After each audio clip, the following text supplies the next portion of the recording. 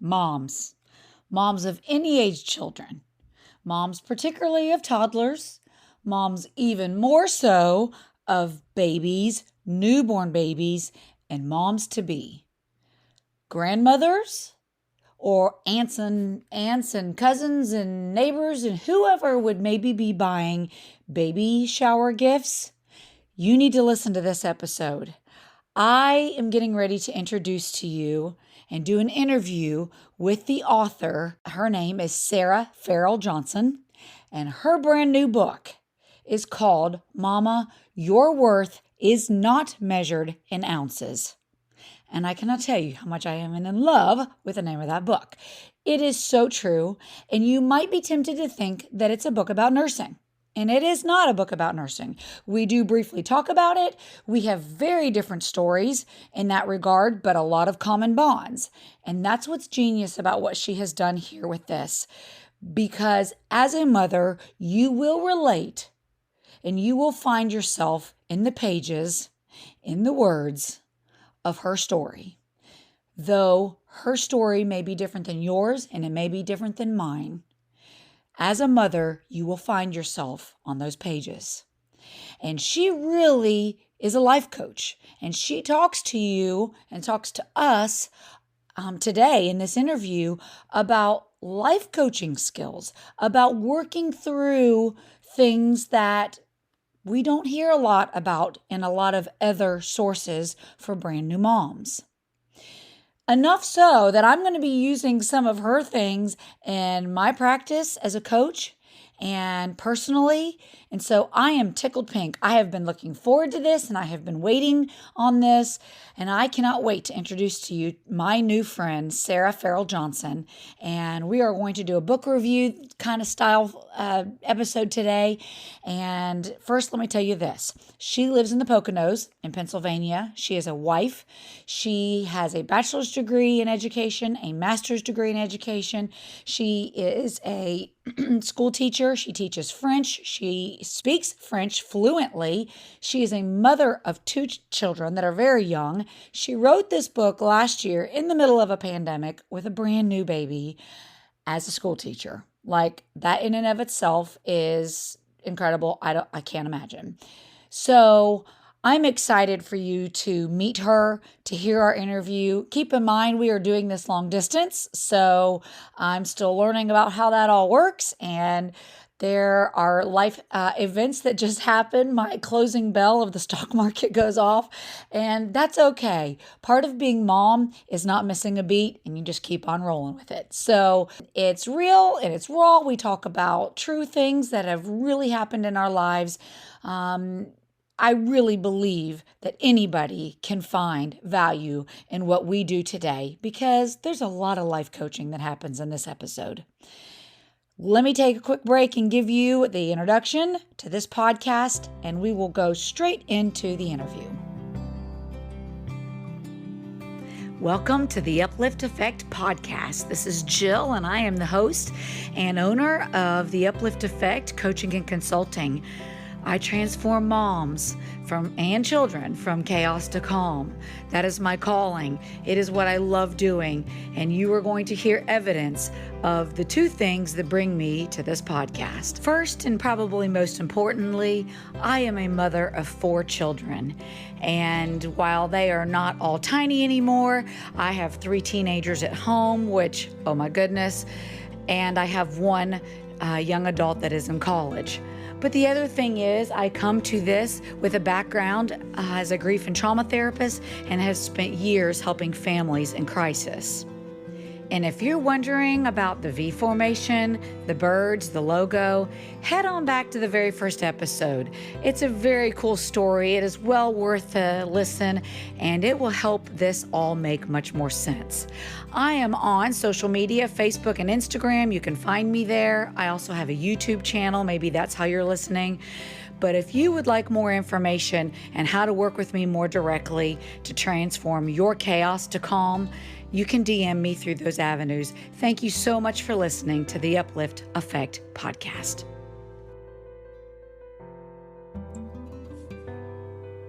Okay, Sarah, I think that we are started. And thank you so much for joining me today. I am thrilled to death to talk to you about your book. And congratulations, because you wrote this book during COVID. Is that right? Yeah, yep, during COVID, and I also kind of started it postpartum, right after I had Micah. So it's been ongoing, but rewritten during COVID.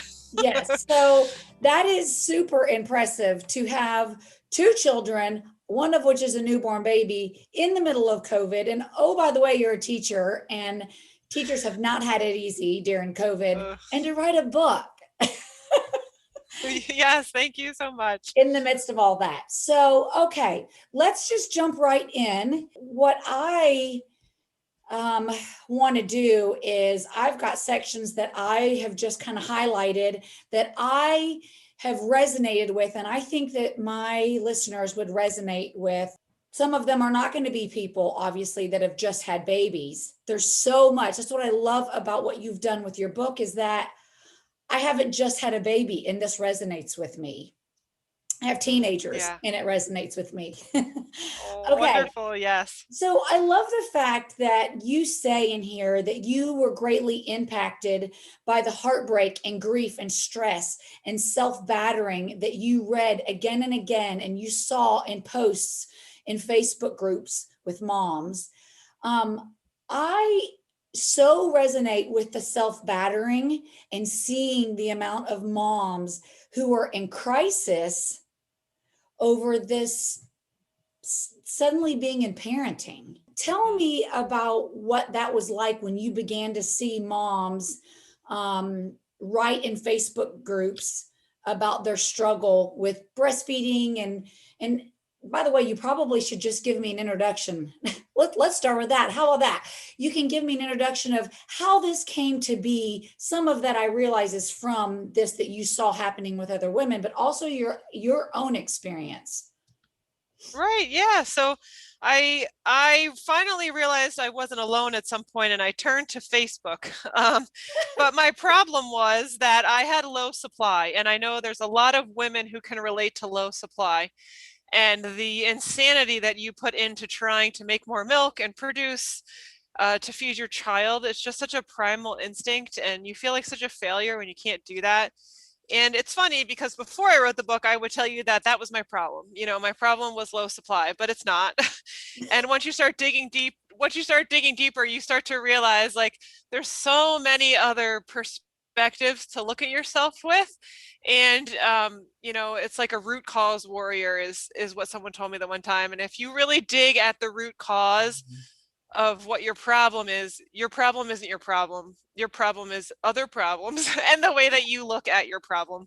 That's You right. know, so I thought my problem was breastfeeding, and I couldn't feed my baby, and I got so frustrated trying to learn everything. I didn't hire an IBCLC or anything, and I should have, but I didn't think I could afford that resource. So I turned to Facebook groups for breastfeeding, and I found in particular one for those women who had a breast reduction, which is the situation that I was in. And I thought, I'm in such a weird situation. Who else has a breast reduction? And I must be the only person. Well, I'm not. There's like millions of us. Mhm, And right. trying to breastfeed with all of the nuances that come from that. And so I watched these women over and over, just like crying and beating themselves up of how they couldn't produce, and they felt so guilty and they felt like such a failure.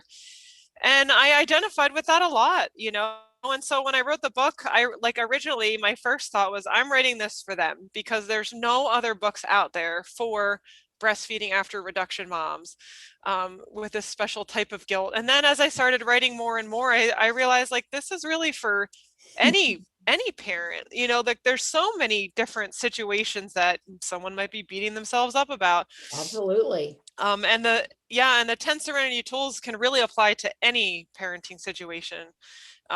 So yeah, so I met them there, and I felt love for them, you know, and I wanted to share my story with them. Yeah.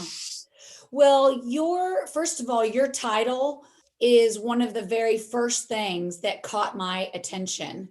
that your worth is not measured in ounces. And I was like, how freeing is it to be reminded that my worth is not measured in any of these external things, but That's particularly right. the issue of breastfeeding. Now, one of the reasons I think we connected was because though my story was different than yours, I need breasts. I had none. So um, I needed what you got rid of, and so I did not make milk. That just didn't happen, and it did on my first pregnancy, but I didn't have any idea how to do this. And there was this idea that I had been told, or somehow got this perception that this was going to be really natural. Oh yeah, it's so easy. Yeah. So easy. The baby is just gonna, like I have said before, like it's just this magnetic thing that just latches, like, and that is not how it works in my Nope. experience. And so I resonated with your words and your story because of a totally different circumstance. I felt like I should know how to do it because it's natural. And Mm-hmm. why would I not know how to do that? But none of this was natural to me. Not a thing of it. Not the breastfeeding, not the connecting and bonding with the baby. There was none of that that was natural to me. And Mm-hmm. so I had a lot of guilt, like you talk about, because I had like very few things that a baby needs at first. And I already from the get go at the very beginning was feeling like I was failing because my Mm-hmm. baby was crying and I didn't know how to stop the crying or to help him. And so I equated that to I must not be doing a good job. I must be failing at this, and maybe somebody else would be able to do it better. There's Mm-hmm. so much guilt in that. It's terrible. So Mm-hmm. I really think a lot of people can relate who don't have the exact same story that you have. Yep, it's Um, hard on everybody. That's right. That's right. So what you end up doing is you go through this Serenity toolkit where there's 10 of them. And what I've kind of done is gone through several of them that I feel like are just really resonated with me, but I want you to say whatever you want to about it. Yeah, so there's 10 tools, and I'll just share while you're looking for Yep. your notes there. There's 10 tools, and then each one of the tools starts with a quote. So if you're someone who doesn't have a lot of time to read, first of all, it's a very fast read to begin with. It's extremely fast. Yes. But there's a quote at the beginning of each tool, and then there's 3 questions for you to start to kind of reflect on. Where are you with this tool? Where is your life regarding this topic? And then there's a lot of information and stories to help you apply the tool. And then at the end, there's action tips to really help you get a practice going for the tool. So there's lots of resources too with each of the tools. Yes, that is actually a very helpful part, I think, of this is the tools. You do a great job of integrating your story, your experience, but also really tangible, helpful tools. And as a therapist, I appreciate that. And I've joked with you, like, I'm stealing some of this. I will use this because with my clients, it can be so helpful in a lot of types of coaching and counseling work. One of the things that you say at the beginning of chapter 3, and this is the Serenity Tool, Unconditional Self-Love, is that you noticed feeling the feeling of unworthiness when you became a mom. And I'm Mm-hmm. wondering, you said, like, I have to admit, I always have felt maybe second best, like the second child syndrome. Can you tell me more about what that unworthiness kind of felt like to you? Yeah, so when I tried to do the breastfeeding with my daughter and I stopped after 4 weeks, I failed pretty miserably at it. It started to bring up these insecurities that I had. And at first, I just kind of bury them. It's really easy to just squash them because you have to keep going. You're getting no sleep. Right. But eventually, when you go to let them out and start to feel better, they rear their ugly head. And I just realized that I was always being a perfectionist with things. Like I always had to do things to the best that I could. And it wasn't about being better than anybody else, but it was always just like I was not good enough if I didn't have it perfect. And Yes. that's such like a disordered thinking. And I didn't even realize that that's such a disordered thinking because it's so very common, like a type A personality. But the truth is when you're a mother, you're not able to be a perfectionist. We have no manual. We have no way how to know how to be a mom. And furthermore, I got very disoriented because everyone in your life is telling you something different, right? You have a friend telling you, oh, you should just let the baby cry it out. And then you have a parent telling you like you should be co-sleeping. And the professionals will go back and forth, and different professionals will tell you different things. And so I felt like not only could I not get it, I couldn't get it right because I didn't know the path. And so my perfectionist side was like, oh my God, I don't even know what to do with this at this point. And then Oh, I by the felt like I way, lost it's my own supposed to be so voice. natural. Yeah. And then with the self-love, I felt like I lost my own voice too. Like I Mm, had so many different pieces of advice. I didn't even know what I wanted or what my own voice was. Like this is such a whole new life change that people don't really, I don't know. I guess there's no way to really warn someone, but it's just you lose so much freedom a little bit, and you have this responsibility to care for this beautiful baby. And mhm. it's hard to find your voice and figure out what works for you and what's accepted in society. And so I kind of put myself on the back burner a little bit. And I think a lot of us do as moms, Mhm. and we just start doing whatever's best for the baby, like whatever's best for the baby, whatever tells me is best for the baby, I'm going to try Mm. and I'm going to do everything. And like we start to just kind of like bury ourselves a little bit, and we don't even realize how much we put ourselves on hold. Yes, that's right. I love one of your sections in here. I'm going to quote it. And it says, I questioned every decision I made. I had no idea how to do it right. And I felt like even if I did pick one and go with it, I would be wrong in someone else's view. I would mess up my sweet, innocent child. I felt backed into a corner, and I felt not good enough from the views of the outside world as well as from my inside voice. My two mistakes were not giving my own voice any power and holding myself to a perfectionist standard. I thought that was so very well stated. I absolutely felt the same way. And there is a weird set of emotions. I was very, very young when I had my oldest. And I did have that loss of all my friends at 21 were all going out, and I was staying home with a crying baby that I couldn't soothe. and um, and yet you love them, and they're so sweet and cute, and it's a blessing. And then some people really wanted that, and then others of us were really surprised by pregnancy. Hmm. We had to accommodate it. So I just thought Yep. those were very, very such good words. And when we don't, because we don't have a manual, we look to external sources, and that can create so much confusion because Hmm. the And we're not taught in society to just go with our gut instinct. Everyone's trying to market a product at you, like let's make more milk with this lactation product, or you need this baby sling, or, everyone's marketing something at you. And it's like, you don't even have time to think about, well, what do I really need or want, or what would work for me, Mhm. you know? That's right. That's right.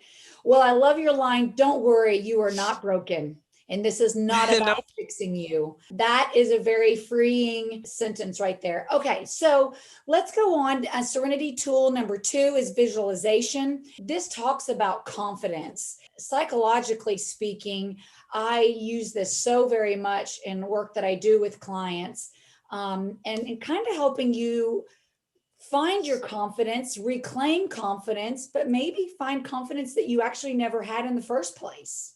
Yeah, so using visualization is a way to help you bring about in your life things that you don't already have or feel, things that you want to become or you want to experience.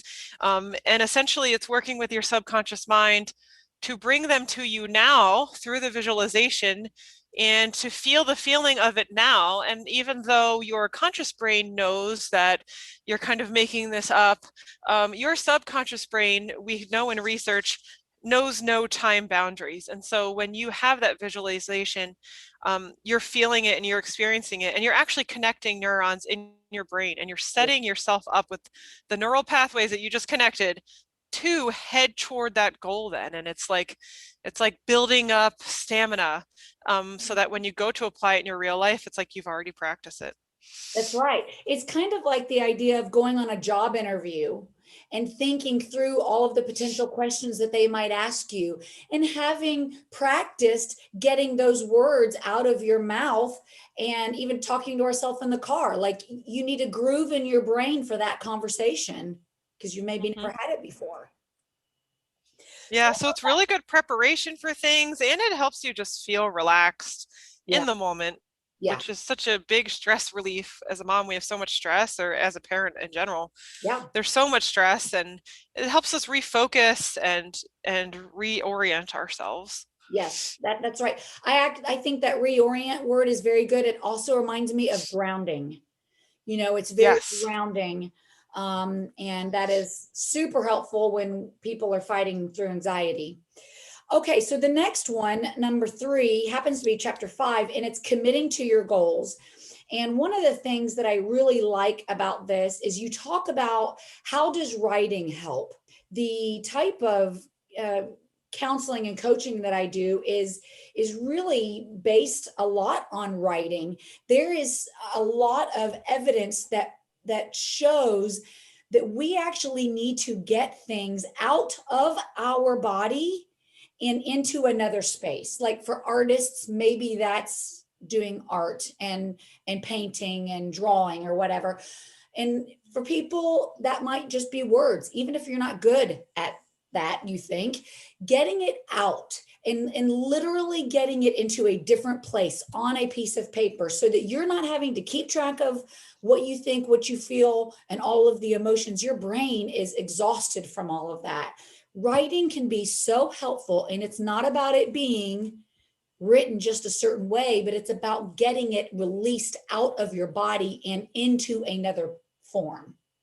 So I really, really liked the fact that you talk about writing out your goals, making them very specific.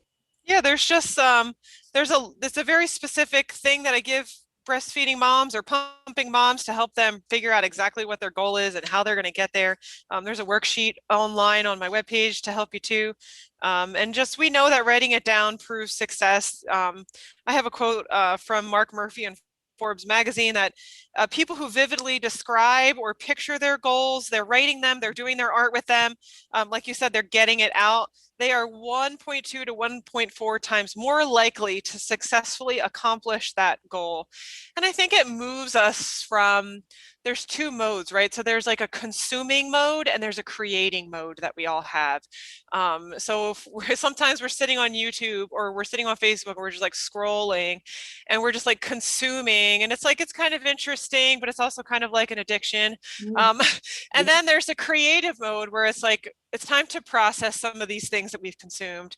And it's time to create and find a passion and do something with it. And so I think setting the goals and writing them down and getting it all out moves us from consumption to creation. Yes. I think having a plan is a huge part of what I do in my coaching, because there is nothing that feels more disheartening and discouraging than not having a plan. And when you have a plan and you can see it and visualize it, and it's really tangible on a piece of paper, there's some freedom in that. Like, okay, I got a place to start. Super yes. Good. And some people really like doing plans, and some people you have to like pull their teeth to get them to do it. Oh, yeah. Okay, so this is one of my favorite parts. Number 4, Serenity Tool number 4 is observe your thoughts. And I think it's just somewhat of the therapist in me. I love this one, and number 6. Number 4 and number 6 are my favorite ones. So it is observe your thoughts. And this is where you go into what you have made the Lotus Practice. I'm going to read this. You put in here, according to the University of Michigan Depression Center, CBT, which is cognitive behavior therapy, is based on the idea that how we feel and what we do are colored by the way we think. because we have the ability to change the way we think. We can learn how to have better control of our feelings and our actions. And that is the heart of what cognitive behavior therapy is. And so I'll let you introduce this Lotus practice. I love, because I have seen CBT in a lot of ways, and you have a component of this that's different than a lot of ways that we do cognitive behavior therapy, which I think is fabulous. Yep. So I'm going to let you introduce it. Thank you. Thanks. So CBT is well known and researched. It's a solid tool. And there's a lot of like life coaches that kind of their own version of it too. And so the three parts are cognitive, behavioral, and like kind of like the actions that we do. And I thought I wanted to take it even further. And there's a much more powerful part of everything that we think about and everything, the actions that we're doing, these behaviors. And that part is the subconscious mind. And not a lot of people know much about the subconscious mind. And to be honest, I had a lot of research to do when I started to create this. I didn't like have this Lotus practice available when I was struggling. You know, this is something that I created after the fact for people to try to understand my own mind and to try to understand why I struggled. And so I'm sure Jill will put a graphic of this for you on her website or something, but it's a little bit complex of a graphic, but basically it takes a situation and it helps you break it down. So you are self-analyzing a little bit about what are my thoughts about this situation and how does that lead to the results that I want to get. And for some people, it's mind-blowing enough to even realize that we are in control of the results that we get, and that we are also in control of our emotions. And does that take a little bit of work? Yes. But your thoughts eventually, when you act on them, they create the results that you see in your life. And so this Lotus practice is really just kind of an empowering way. You know, it's a tool to change your mindset and to bring that into reality. It's like creating your own reality. So your thoughts can really turn it into anything you want. And the thoughts that you think produce a feeling in your body. So if you have a good thought about whatever situation, I happen to pick a weird situation, but if you have a good thought about something that happened in your day, you have a positive feeling in your body. And so when you go to act, you're resonating at a positive vibration, a positive way. You're being creative. You're following your life flow. But when you have a negative thought and you can't seem to work through it or let it be and rest or feel it and let it go, then the feeling in your body stays stuck. And so then you're left with a negative feeling in your body, anywhere from boredom all the way down to depression, anger. All those are negative. And so when you go to make a decision about what you're going to do that day, well, you're deciding out of a place of anger, or you're deciding out of a place of apathy. So your action and your result ends up being different. So the Lotus practice is just a tool that we can use to start analyzing ourselves, to see how our thoughts create our reality. Yes, that is very, very good. And I think that visually what I want to explain is that you use like these two circles. On the outside is our thoughts that lead into our feelings, and our feelings then lead into however we're going to behave or an action that we're going to do. On the inside of this circle is where you have the lotus flower, and that is our subconscious and our beliefs. I have been through graduate school for counseling and have not ever seen a cognitive behavior therapy model that I can recall that had a belief system at the center of it. Because in any part of this entire process, you are always still operating out of an internal belief system that you have about yourself or your circumstances that is subconscious until we then address it to make it conscious. And so I thought that that was really important, and I'm just nerdy, so I really love that part of it. But I think people can recognize and to see how that actually, like for instance, just today, I mean, the stock market is bleeding terribly. It was awful. And that is a situation. And my thoughts about the stock market and my investments are affecting my feeling, which, if I'm not careful, can affect decisions I make out of a Mm-hmm. situation of desperation. And I have just had an overall negative feeling today because everything's in red, and so it affects so many things about how we make decisions. What I know is today's not a good day to make a decision about this specific situation because I am too Very affected good. by my feelings. That's right. And there went the stock market bell. The stock market closed That's great. right in the middle of the Oh, that's great. Perfect timing. perfect timing. So I want Yeah, so you are in control of your thoughts, Jill. And you're going to have to choose some neutral thoughts, Jill. If you're in a hard spot, like, oh my God, this is not turning around, this is taking forever, don't go down that route. Start finding some neutral thoughts like, well, it's just bad today. That's That's right. it, That's right. It's just been bad for 2 weeks. Tomorrow is a new day in the stock market world. Oh, It's true. okay. I really love the way that you talk about this lotus flower. So I'm going to read this because I think that this is just really good.